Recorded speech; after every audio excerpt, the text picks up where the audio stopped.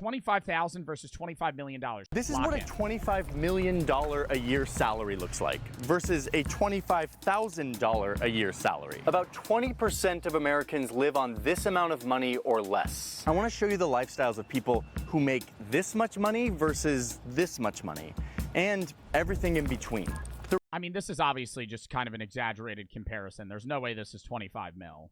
Unless it was hundreds, maybe. But anyways, living at 40K a year is feasible in today's society if you're single. But 25K, dude, even if you're single, you could be a single adult living in like a rural area, and 25K a year still might not help you.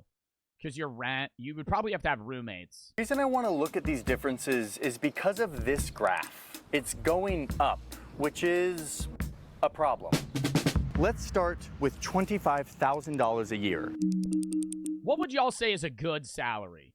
Not rich, just a good salary. Pre-tax, I mean, it also varies where you live. But I'm saying just average, like if you're in like Cali, it's going to be higher, right? But if I'm just saying average across the board United States, I think 60K, 60 to 70K a year is a good salary. Especially if you're like a single guy or single girl, single whoever, non-binary, just single person, like making 65K a year, like you're going to be able to save money. And you could also probably, you know, go on a vacation or something. All right, so let's say my name is George. I live in Atlanta, Georgia. I am single and I have no kids. And I'm looking for a job. After some searching, I found this job as a security guard at a TV studio in downtown Atlanta. It'll pay me $12.50 an hour is horrible. I mean, at least in New Jersey, you can't even make $12.50 an hour in New Jersey unless you're a waitress, maybe, or a waiter.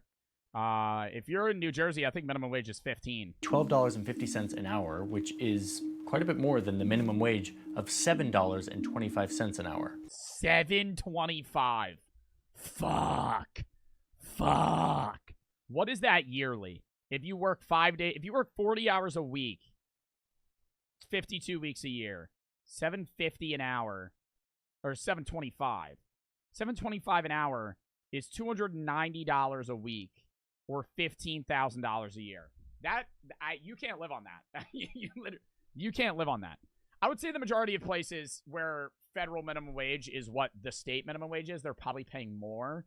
But I mean, I would not be surprised if there's like fast food places in Georgia that are paying $70.25. This means I make $25,000 a year. At this level, around 29% of Americans earn as much or less than me. So 29% of Americans make less than 25K a year.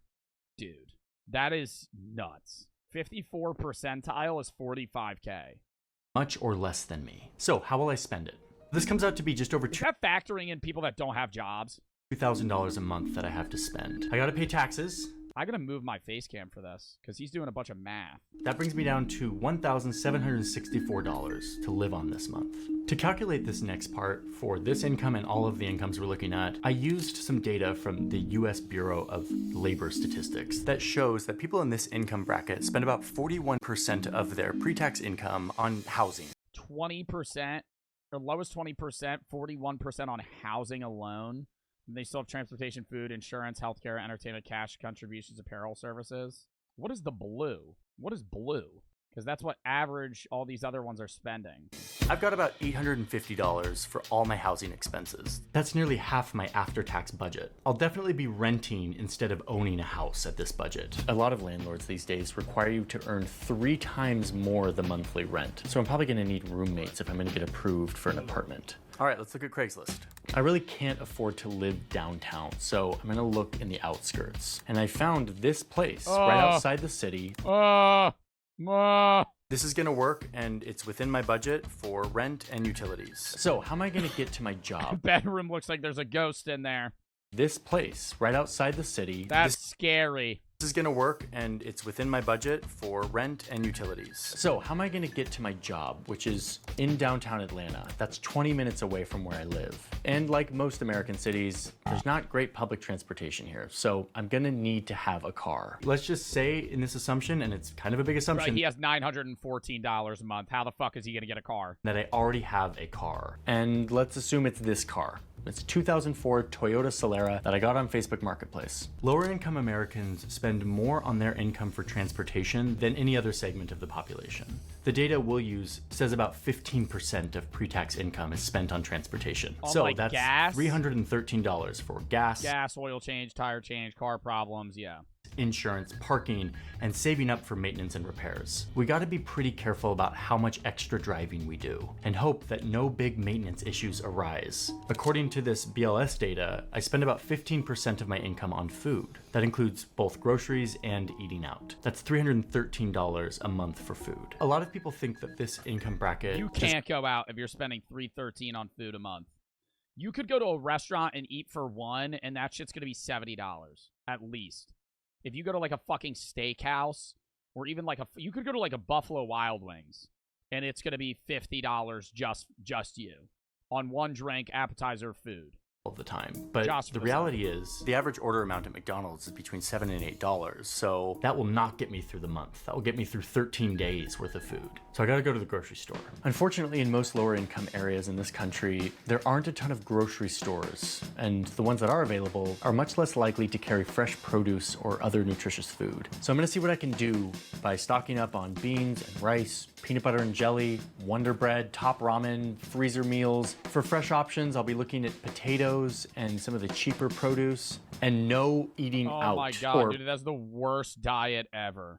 Rarely, occasionally. That's like a college student diet. On special occasions, eating out. If I do, I'll be looking at the value menu at a fast food restaurant. I'll be looking for discounts, checking every price in the convenience store. Okay, but wait, don't I get government assistance for food, like food stamps? So from my research, I can see that to get government assistance, I need my savings account to be less than $2,000. Check. My income needs to be lower than $19,578. And I make $25,000, so no. Dude, and that's another argument for UBI, universal basic income, because welfare and all those things that can help you are only available if you make so little money that like you literally can't fucking live by any means, right? So it motivates people to kind of stay in those slumps, because the second they start making more than welfare allows them to make or food stamps allow them to make, then they immediately are now getting taxed on their income. Like, they're already getting taxed on their income in general, but say welfare and all this other stuff provides you with about $10,000 a year to your individual, right? The second you make more than whatever they allow you to make, now they're cutting your welfare, so you're not getting that money. You're not getting the food stamps. You're not getting all the things they provide for you. You're making more money, but after tax and expenses, you're actually taking home less. Needs of housing, food, and transportation. But I still have a lot of expenses. We hear a lot about healthcare being a massive personal cost in the US, but what does that actually look like? Georgia's Medicaid website says that I qualify for government help, but even with that, I will be paying around 10% of my income on health. And your insurance is about to be ass! Ass! Government insurance about to fucking pay for nothing. Nothing. You'll have a maybe a 75% knockoff on a surgery, but you're still gonna be paying, I don't know, fucking $5,000 or some shit. Expenses like medicine, doctor visits, getting care that isn't covered by this government insurance. This is one of the reasons why people in my income bracket live around 7 years less than the richest Americans. After all these main expenses, I'm left with a small amount of money for everything else. And there's a lot more that I need to spend just to live. Laundry, internet connection, cell phone.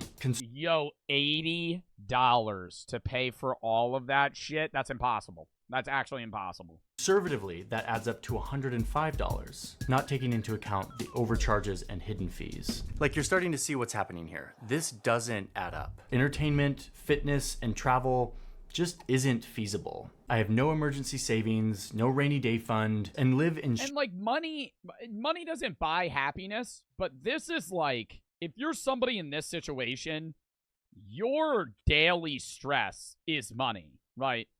Like, for the average person that's making more than like $50K a year, their stresses might involve money slightly, but the majority of their stuff that they're dealing with are other stresses. Money doesn't fix all of those, but like, holy shit, dude. This is horrible. major Money's happiness in general? No. You've a bigger attachment to materialistic things. Money isn't happiness because money is fictitious. Money exists because we say it exists. What actually exists is the connections and the experiences that you have with other people. That's what happiness is. Money is needed to facilitate those experiences because money is something that's needed to ensure your survival and, health longevity. setback. I'm probably going to have to Coco, join what's up? the huge number of Americans that rely on debt to get through the month, whether that's credit card debt or short-term loans with high interest I rates. also just hate credit cards because I think credit cards motivate people to spend more money than they have, and it puts them in situations that they don't realize they would be in until it's a fucking terrible situation, right? Because if you have a credit card and your minimum monthly payment is fucking $50, that's no problem. You're going to keep racking up bills on it, but then you're $10,000-$15,000 in credit card debt, and your monthly payment is getting up to what you make in a week or a month, right? And now you can't pay it off, so you're fucked. Maybe I'll need to move back in with my parents or take on a second job. Maybe I'll start driving Uber or DoorDash. But what's clear is that my full-time job, which pays much more than the minimum wage, is still not enough to make it through the month. I'm gonna pause the video really quick. I'm excited about thank you Headspace for sponsoring today's video, supporting our journalism. And with that, let's get on to the next income tier. All right, now let's see what we can do with $40,000 a year. Now my name is Simon. I am the representative of the median American income of a single earner. I make $40,000 a year as an event coordinator at a country club in You can live comfortably as a single adult with no kids at $40K a year. Comfortably meaning you will have money to buy the things you need, but not enough to buy things you enjoy. Like, you're going to be able to fucking pay for your rent, but you're still probably going to need roommates. You're still probably not going to be able to ever go on vacation. You're going to need to save up for anything bad that happens, and you won't have money to fucking spend on it if something bad does happen to you or a loved one or something. same data set. My budget for housing is $1,133. I'm kind of feeling this one-bedroom house. Let's say between rent for this house and my utilities, I'm paying $1,133 for my monthly housing expenses. The country club is kind of far from my house, and because there's no public transportation, I'm gonna need a car. I saved up and purchased this 2011 Subaru Forester on Facebook Marketplace. I got it for $4,500. 137,000 miles. So, like George, I spend about $136 a month just on gas to get to my job. This leaves me with a little over $400 for everything else. Guys gotta eat.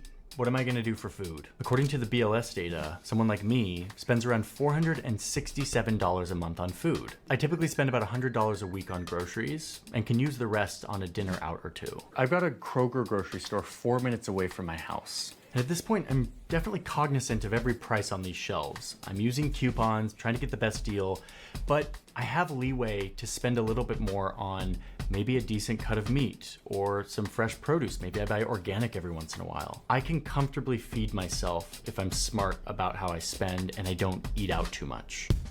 This income level is right on the threshold where employers start to sponsor your healthcare plan. They start to subsidize it. That's a thing here in America.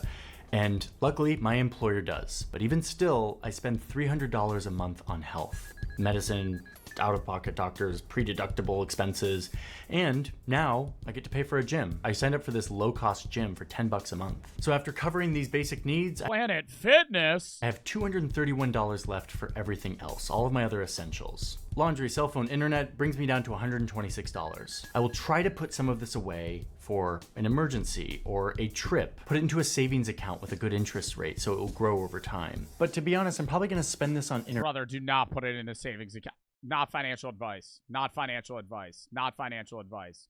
If you're trying to make money on investments, leaving your money in the bank is the dumbest thing in the fucking world because they're going to make the money on your money. That's what banks do. They keep a fraction of your money and then invest your money and make money on your money until they owe you money. And that's how banks lose money when people try to get money out all the time because they don't have enough money to pay back their investors. Buying treasury bonds is better than keeping your money in the bank. entertainment. Like, I want to go out and have fun. I want to go to a movie. I want to subscribe to Hulu and Netflix. Yo, you know what's wild is me and my friends bought movie tickets to go see Deadpool 3. It is $23, $40 $23.40 for a fucking movie ticket. $23 to go see a fucking movie. I feel like 3 years ago it was like 15. I feel like they're fucking in like a year. It's gonna be twice as much as it was. It's been I remember when I was in high school, I used to go to the movie theater for $12. I remember going to the movie theater for $12. Like, that's a memory I have.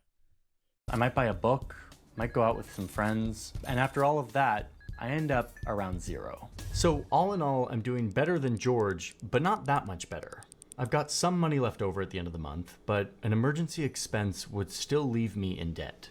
All right, let's up this to 100 grand a year and see what our budget looks like. Now you living comfortably. And I just found this job in sales. It makes me $100,000 a year.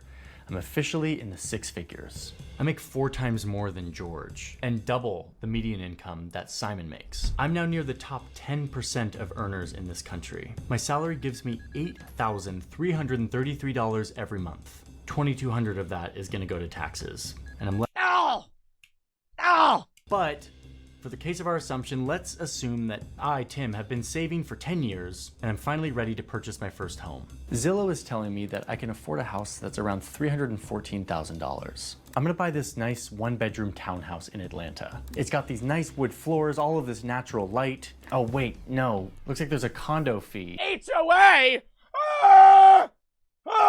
Oh, sorry, jump scare. Homeowners Association! I don't have the right type of grass! Fuck! It's in a pretty good location, and it's just under $260,000. With the condo fee, I'll be paying around $2,700 per month, which is about 32% of my income for housing. I get to spend more on housing than George and Simon make in a month. Oh, and by the way, I will have to cough up $20,000, which is my whole savings for a 5% down payment and closing costs to make this house purchase. Thanks to my good credit, And then pay a 30 fucking year mortgage. I can qualify for a good car loan that allows me to buy this beauty, a $50,000 BMW. Yeah, or just lease a Lamborghini, dog. You're living lavishly, bro. Lease a Lamborghini. Lease a Lambo. Cost me $754 a month for 5 years, and it will leave me with $579 every month to spend on gas, repairs, and insurance. I'm even starting to be able to afford to bring it to a professional car wash place, get it detailed every couple months. I am upper middle class now, so I only have to pay 11% of my income on food per month just to feed myself. I get to eat out a lot more lately. When I'm at the grocery store, I get to peruse the fresh and nutritious food much more abundantly. I can buy nice meat and nice produce. DoorDash Chipotle. You could even tip the driver maybe an extra $1 or $2. I'm not overly concerned about the prices. And lately, since meal delivery apps have become more common, I'm ordering DoorDash like once or twice a week. I'm starting to be able to use money to save myself time and stress. Getting that Denny's Grand Slam delivered only takes an hour and a half. My job pays for a lot of my health insurance, and yet I still pay $500 a month on health, medicine, and these kind of expensive supplements I've been buying. I'm able to save money at this point so that a minor medical emergency That was very vague. What expensive supplements are we getting? isn't a huge deal, but the doctors I do go to have to be covered by my insurance plan. I can't go out of network. It would be too expensive to pay out of pocket. With all my big expenses covered, I still have $665 to cover Wi-Fi, unlimited data on my phone, and since laundry and a gym are in my apartment, I actually don't need to use much cash for that. So even after all of these essentials, I have money to save and invest. And even still, I have cash left over to go out with friends. Every few months, I'm able to save up enough to go on vacation. My work pays me even when I'm taking time off, so I don't need to worry about that. I do have to strategically choose my travel locations to make sure that they're might fly Spirit on the way out, seat 30, middle row. affordable. Because I chose a cheaper place, I'm able to enjoy Or not middle row, middle seat. drinks and food while I'm there. When I come home, I do have to save and scrounge for a couple of months to recuperate, but it's not too stressful. Not bad, and in fact, much better than the vast majority of Americans. All right, now let's up this to $1 million a year. See what our budget starts to look like. Hi, my name is Noah. I am a junior managing director at a big private equity fund. I'm in finance. I'm looking for a man in finance. I work Men in finance. 6'5". 6'5". Finance. Big. makes a lot of money. 70 hours a week. I make big deals. They're very important. And I am earning $1 million a year. That is $83,000 a month. After taxes, it's more like $48,000 a month. In 1 month, I'm making double. Yeah, that's wild, dude. 48K. What George makes 34K in taxes a month in an entire year. In 3 years, I'll make more than Joe, it's you. I'm not Noah, bitch. he makes I'm in Joe an Bart. entire lifetime. All right, so I go to the casino and I put all of this on black. 1% of income earners in this country. And I'm very lucky because my income and wealth are increasing at a faster rate than everyone else's. And we'll see why in just a second. Making this much money, I can get a really nice house by spending 28% of my income, which means I can afford around a $2.6 million house. Wow, this one's kind of nice. This 5-bedroom. That house is ugly as fuck for $2.6 million. I'm so sorry. I'm so sorry that house is not worth $2.6 million. That is the fuggliest house in the fucking world. Holy shit, dude. Living like a high-rise apartment or some shit. What the fuck is this? 5-bathroom home in this quiet Atlanta suburb. Man, it is nice here. Look at this kitchen. Oh, and this beautiful yard out here. I might pick up croquet. And it even comes with this little friend. Hey, bud. Anybody ever asked me to play croquet, I'd punch him in the fucking throat. I know. Yo, dude, I'm off work today. Yo, you wanna hit some balls through these fucking weird ass metal squares that we putting around? No. I've always wanted my own taxidermy fox. This house is gonna cost me around $19,000 every month for the mortgage and other expenses, like house cleaners that come once a week to clean my entire house and do my laundry. My yard is maintained by a local landscaping company. I'm spending 16% of my income on transportation, which means a little over $13,000 a month on everything cars and planes. Instead of owning a car, I lease one. Bro, I mean, I don't know that many millionaires, but I could tell you right now, I don't think any millionaire is leasing a fucking car, bro. Periods, so that I can always be driving the newest, fanciest car. Like this Rivian. It's gonna cost. Bro, the newest, fanciest car? Yo, somebody in this fucking position is gonna fucking write off their car on some tax form. I forget, I think it's section 7 something, where you get a fucking if you have a car, like that's why really rich millionaires buy Ford F-150s. Because if you own a car with a truck bed or it weighs over a certain amount, it counts as a work vehicle. They write it off, they depreciate the value of the car, and then when they fucking go in to buy another car, they trade it in, so they never sell the car, so they never have to pay the depreciation cost or the taxes on the car. They just fucking, they trade it in and then do the same thing with the next car. What the fuck are we talking about leasing a car here? They're not leasing a car. A lot of taxis lately because I can afford it, and I can afford a private driver here and there, though I don't have a full-time private driver. I can hop on a flight too whenever I Who the fuck is getting a fucking chauffeur? I want. And when I fly internationally, I even splurge on business class. Still pretty expensive, but I've got all of these airline miles that I've racked up from all of my work travel that I actually get upgraded for free often. And now I'm actually pretty hungry, so let's talk about food. My budget for food has ballooned. Based on the BLS data, I could technically afford to spend $8,000 on food every month, but I'm not sure that's totally common among this income bracket. Yeah, I don't think, what would you even buy? $8,000 a month on food? What the fuck are you? I feel like you could go out to breakfast, lunch, and dinner every day, and you're not spending $8K on food. There's not a ton of good data on like the 1%. Caviar. So I estimate that somebody in this bracket is spending more like $3,500 per month on food, which is still a lot. I'm officially deep in the don't look at food prices, don't shop for my own groceries, don't worry about ordering takeout whenever I want kind of rich. I could pay 20 bucks for a salad. I can pay $16 for a smoothie. I could even drop $300 per person on a nice restaurant and not really be too stressed about it. Now I can't afford a private Yo, I don't care how much money I ever make. I will still pay a bill at a nice restaurant, and if it's over $200, I blink, and I go, fuck, man. Jesus.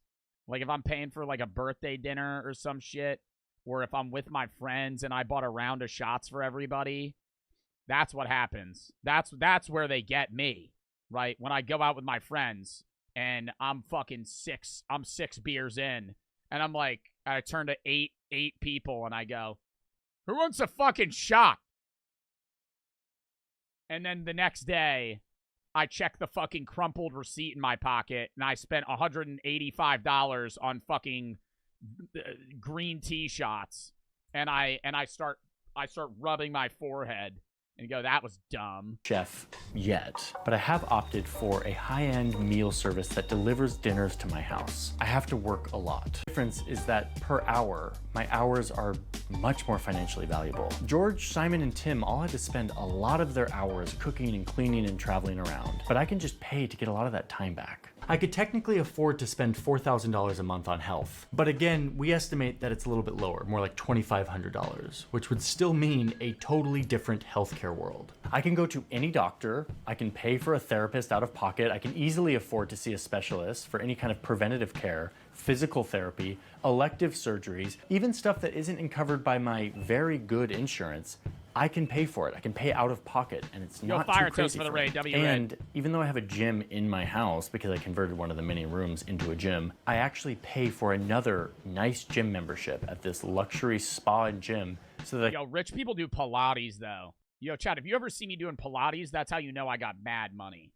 If you ever hear my ass say, oh, I'm going to be late to stream, I got Pilates, that's rich people shit. On their personal trainers who are really great. I recently signed up for this fancy doctor's office where I pay a monthly fee and I never have to wait more than 10 minutes in the waiting room. Remember, my time is extremely valuable. And this is one reason why my life expectancy is way up here. I'm probably gonna live 7 or 8 years longer than George. Laundry, cell phone bills, Wi-Fi, these are all negligible costs for me. I'm left with at least $10,000, and it could be way more if I reduced some of these assumptions, like spending thousands of dollars every month on food for just me. So what do I do with all this leftover money? Well, I do have a semi-complicated investment portfolio that I love to talk about. My money is in the stock market, 24/7, growing, compounding into more and more wealth. It allows my wealth to grow much faster than those who don't have extra money to invest. I go on vacations. It doesn't compound faster percentage-wise. It just compounds faster because the percentage of the money that you're compounding is much higher. If I invest $100,000 and somebody else invests $1,000, we're both going to make, on a good portfolio year, 10 to 15%. But 10% of 100 grand is 10K versus $100.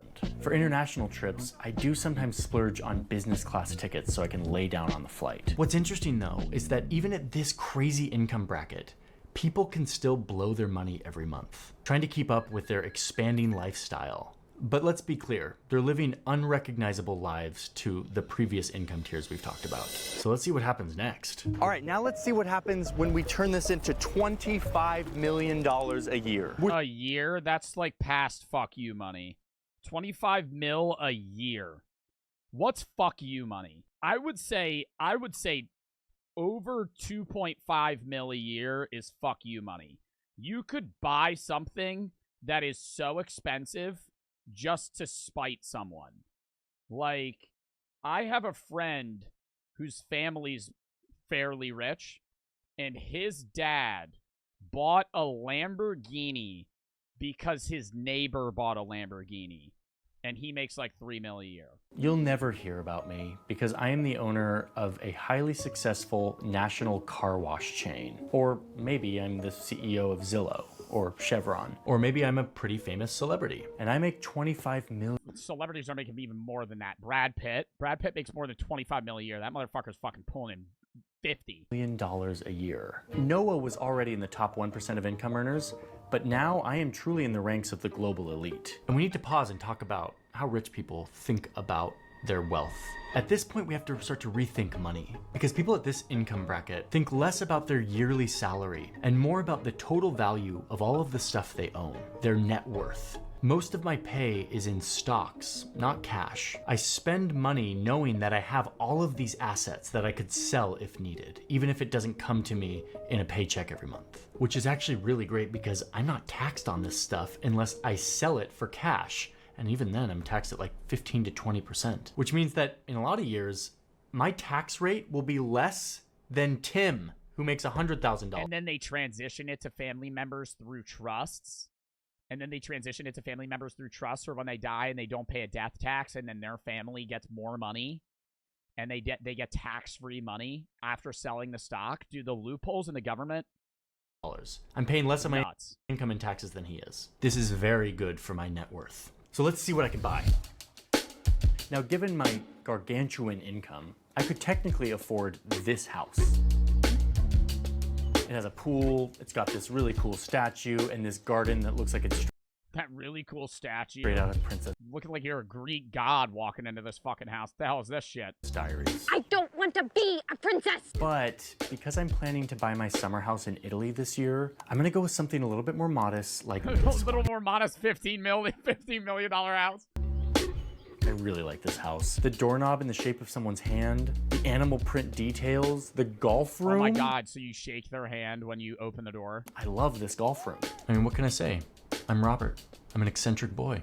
This house has a pool, it's got a gym, it's got this wooden tub, which is something I never thought I needed, but I absolutely do. What you'll start to see with this house and everything else in this income bracket is how it allows me to physically isolate myself from the concerns that most people have. I don't have to think about crime, homelessness, noise, pollution. I can live surrounded only They're living in a gated by community. people who are wealthy like me. Getting around is really easy for me. I've got a couple of cars, I rotate driving them every Dude, and it's not even rich people get richer because of just compounding money in the stock market. If you're rich, this rich, and you have kids, your kids are going to be friends with the other rich people's kids, and then you're both going to have connections and just make each other more rich. That's why knowing people is like the best thing comparable to any amount of experience. Just because if you know someone, they're going to fucking get you in on shit. once in a while, except for this one. This one I don't drive because it's an antique and I just like to look at it. Oh, and did I mention I have a full-time driver? I pay him $51,000 a year. Bro, I like driving, though. Unless it's really far. Like, if I made this amount of money, I still don't think I would pay a driver. Like, I enjoy driving a car. Like, it's fun.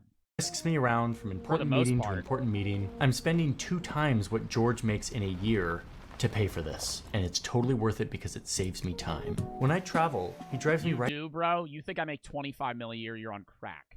27 grand feels to me what $43 feels like to Simon. I'll pay that for a nice private jet. Now, I don't fly private all of the time. I do fly commercial if I'm going on vacation to Paris. I'll be flying first class, obviously. I have a separate security checkpoint, my own lounge, and when I get on the plane, I get one of those little cabins all to myself. By the way, this ticket cost me $31,000. When I get to Paris, I usually book the penthouse in one of my favorite hotels. I have hotel staff available at any moment. 17,000 euros a night?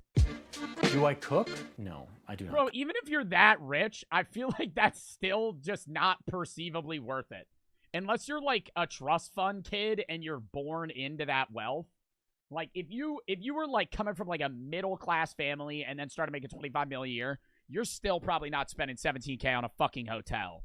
That's just a waste of money.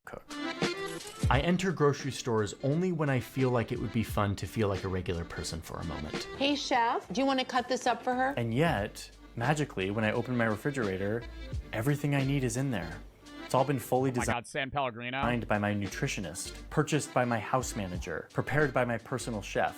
And yes, you can see Perrier. I have a whole staff of people who help me manage my life. My house manager is really good at just making this all disappear. Like the landscaping gets done, the pool gets cleaned, and a bunch of other stuff that I don't even know. I'm sure all of this costs a lot of money, but honestly, I've never even thought about it. I've got my friends over, and our personal chef is putting together a beautiful meal. And he's even doing the wine pairing tonight, selected from my collection of quirky cult wines in my temperature-controlled cellar. I don't pay attention to prices Oh for my food. God, dude. When people get this rich, they don't even understand, like, finance. Because they have so much money that people just do everything for them and take a percentage of that money. Food or wine, except when knowing the price of this bottle, for example, helps confirm how rare and special it is. I think we spent $16,000 on this bottle. Or this other one that I splurged on for $150,000. When you can get box wine for $20. I go out to restaurants, but it's a little different than the rest of the world. I have connections that allow me to get into the private back room of whatever restaurant I want. Okay, this isn't Like Applebee's. Show me to the back room, waiter. You hand him a 20. He puts you in like the broom closet. And while these costs are very feasible for someone who makes $25 million, not everyone who earns this much money lives like this. In fact, a lot of super rich people are incredibly frugal, making their high earnings that much more impactful because they can get rich much faster. But what we see with Robert, Like the dude that died that owned IKEA, and he like lived in like a $100,000 house, but was like worth $5 billion.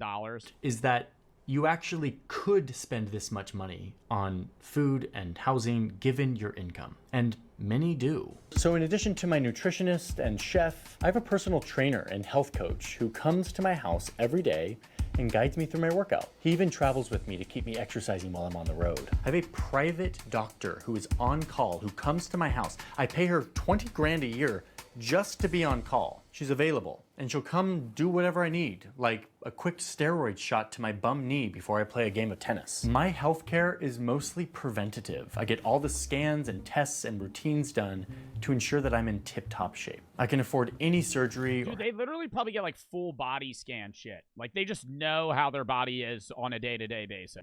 And last year, I fully replaced all of my front teeth with veneers. It only cost me $28,000. And remember, $28,000 for me is what it feels like when Tim spends $112, or what George feels like spending $28. Wow. Not nothing, but not a huge deal. Even after spending on all of this, I still have lots of money that my financial manager funnels into sophisticated investment portfolios. Well, and if you have $25 million in an investment portfolio, you're making an average of $2.5 million a year on that money just sitting there, doing zero work. And that's what he makes annually. So somebody that makes this amount of money probably has way more sitting in investments. That just keep on growing. Investing can be really fun for me at this point. I'll just take 30 grand here and there to buy collector's items that I'm into. A couple weeks ago, I paid $5,000 for this authentic World War II helmet. This piece of art cost me 50 grand, but it's a great investment because the artist is actually going to be the next big thing. So, oh my God, and then you write it off and donate it, and then you get a taxable fucking, write-off off your income.